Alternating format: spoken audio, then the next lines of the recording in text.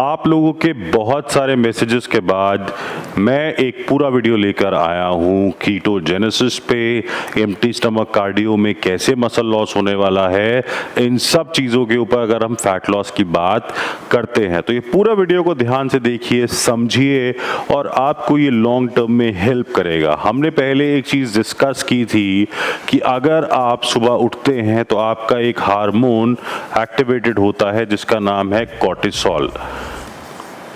Cortisol, through his action of gluconeogenesis, maintains your blood sugar, but उसके साथ साथ ये आपका फैटी एसिड मोबिलाइजेशन भी करता है। अब फैट तुम्हारे शरीर में है, बट वो फैट यूज कैसे होता है, वो फैट जाता कैसे है, उसके लिए मैंने कुछ स्लाइड्स बना रखी हैं। आज आपके साथ पूरा बायोसिंथेसिस शेयर करेंगे और कैसे अगर एक भी स्टेप मिस हो जाता है तो उसकी सारी की सारे बाय प्रोडक्ट्स जो है वो बहुत अलग हो जाते हैं। जैसे कि हम पहले बात करते हैं कि फैटी एसिड जो है वो कैसे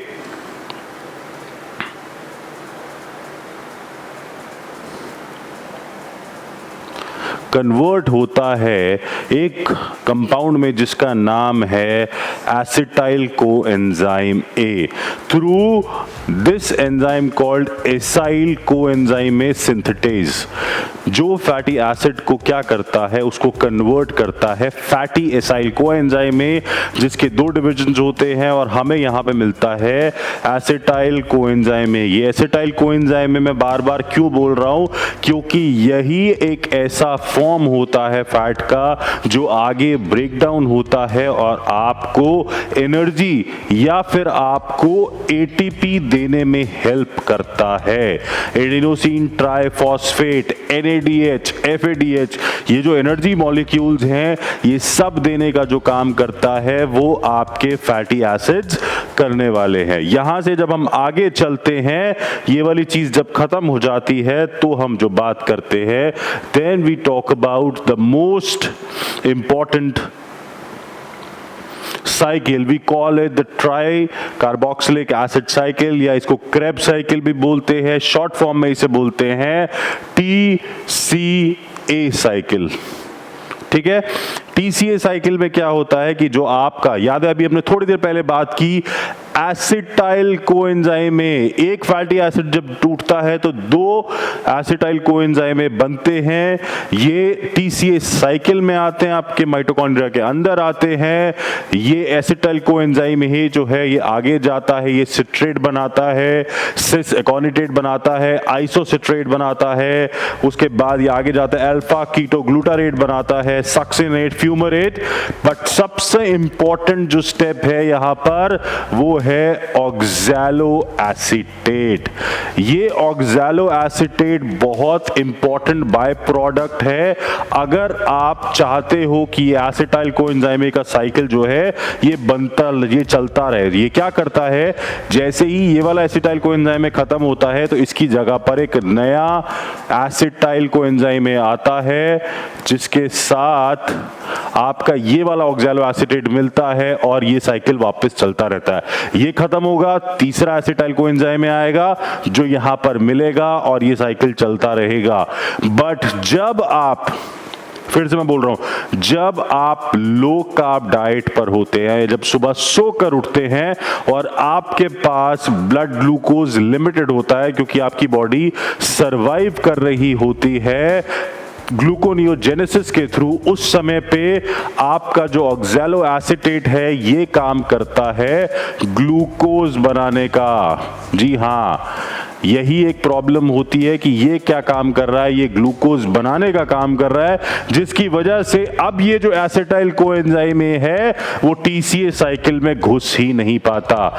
जब ये इस पे घुस नहीं पाता है तो आप मुझे बताइए क्या वो इस फैट को ब्रेक डाउन कर पाएगा, या अगर हमें ग्लूकोज एनफ चाहिए और मैंने कुछ नहीं खाया है तो मेरे पास क्या ऑल्टरनेटिव बचता है कि या तो मैं अपने अमीनो एसिड्स को ब्रेक डाउन करूं, which is my protein which comes from my muscles, और इसको कन्वर्ट करूं ग्लूकोज में। और इसको क्या कन्वर्ट करूं, इसको कन्वर्ट करता हूं ग्लूकोज की तरफ। क्या मैं ये सिचुएशन चाहता हूं कि मेरा ग्लूकोज इससे बना रहे और ये फैटी एसिड मोबिलाइजेशन चलता रहे। जैसे मैंने रील में पहले भी बोला था कि अगर आपकी बॉडी में ग्लूकोज है तभी ये साइकिल चलता है, अगर ये नहीं चलेगा, आपका अगला क्वेश्चन होगा चिराग अगर ये नहीं चलता तो क्या, अगर एसिटाइल कोएंजाइम में बनता रहता है तो क्या।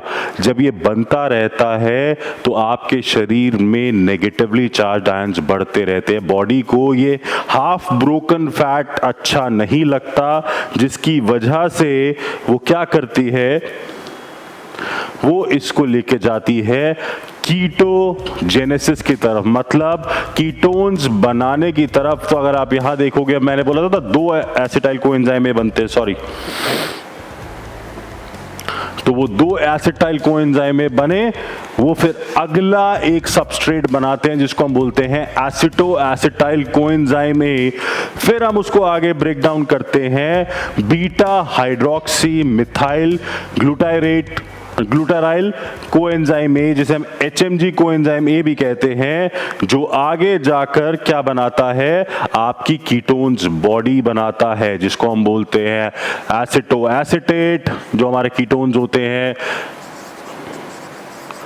एसीटोन और बीटा हाइड्रोक्सी बीटा मिथाइल ग्लूटाराइल। ये 3 तरह की आपके पास कीटोन बॉडीज बनती हैं। इसीलिए जब आप सुबह सोकर उठते हैं, सिंस फैट इतना ब्रेक डाउन हुआ होता है, आपकी कीटोन वैल्यूज आपके ब्लड में ज्यादा होती है, क्योंकि ग्लूकोज कम होने के कारण, आपका ऑक्सैलोएसिटेट कम होने के कारण वो TCA साइकिल में नहीं जा पाता, वो TCA साइकिल में, क्रेब्स साइकिल में आपका एसिटाइल कोएंजाइम में नहीं जा पाता, जिसकी वजह से उसको पार्शियली ब्रेक डाउन होना पड़ता है थ्रू कीटोन बॉडीज। इसीलिए जब आप सुबह सोकर उठते हैं तो 22 टाइम्स तक ज्यादा आपके कीटोन्स बने होते हैं, which is very normal. Ketogenic diets में अगर 4 टाइम्स बनते हैं तो यहां पर 22 टाइम्स ज्यादा बने होते हैं। पर कीटोन्स मेरे लिए इंपॉर्टेंट नहीं होते, कैलोरिक डेफिसिट मेरे लिए इंपॉर्टेंट होता है। तो आई होप ये टॉपिक आपको समझ में आया होगा और ग्लूकोज की इंपॉर्टेंस फैट लॉस के लिए भी समझ में आई होगी।